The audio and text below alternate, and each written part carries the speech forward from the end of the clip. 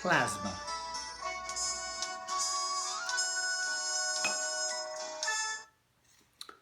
So, we all know this plane, or most of us do. This is the Bell 47 or H13 Sioux helicopter. Had a 260 horsepower engine. To give you some reference, our modern helicopters have about 15 times that much power. And it had a lot of roles in Korea. This was actually the first mass-produced helicopter. We made over 5,000 of these things. And one of its roles, the one that most of us learned about this helicopter from, was it was used for medevac work in Korea. So the MASH units used it. Very lightweight helicopter.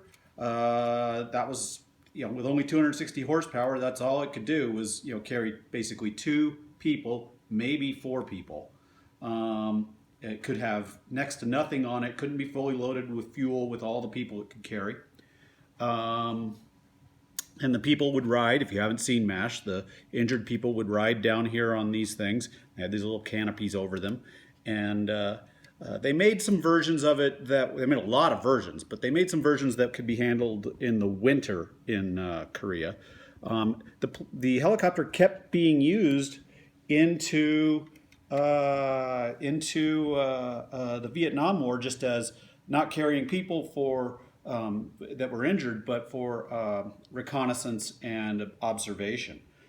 I thought I'd tell you a little bit. Most people don't know how helicopters actually work, and I don't know that much about them. They're really complicated to fly, I know that. But 2 things that are interesting about helicopters. One is the rotation of the rotors. When it's doing this, it's putting torque so that if it's going this way, it's wanting the helicopter to go that way, okay? And that's what the tail blade's for. It doesn't really do anything other than keep the helicopter from rotating, the body of the helicopter from rotating because of the rotation of the rotors. The other thing most people don't realize, this is not just a big fan blade. The rotor on top of a helicopter, as well as the rotors on an engine of a propeller-driven plane, are actually shaped like a wing. So whereas a wing, as you move forward, the wing creates a vacuum on top and more air builds up on the bottom and less air on top, and it lifts the plane. That's how you get your lift.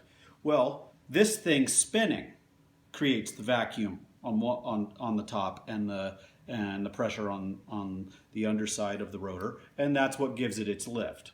So as you know, we got way more powerful helicopters now, something like 3,800 horsepower for a UH-60 these days, a Black Hawk. This thing had 260 horsepower and a piston engine, so the engine failed from time to time.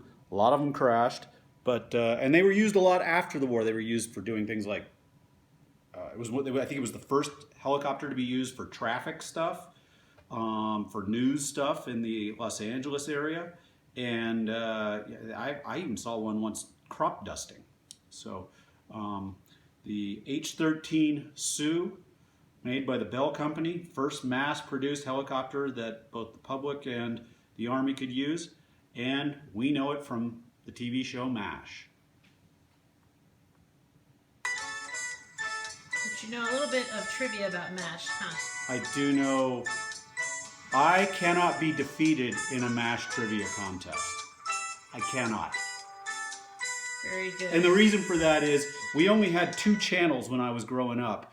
And after school, MASH was one of the shows that was on twice. So I watched every one of them after school for years. So was the most complicated part of that build the tail? The complicated part of the build is actually using these pieces that are, they're called technique pieces from Lego, that don't necessarily always fit with traditional Lego pieces. So I actually had to build this from the inside out to make it work. Good job, Boo. Thank Have you. a martini. Yeah, we'll drink that later today.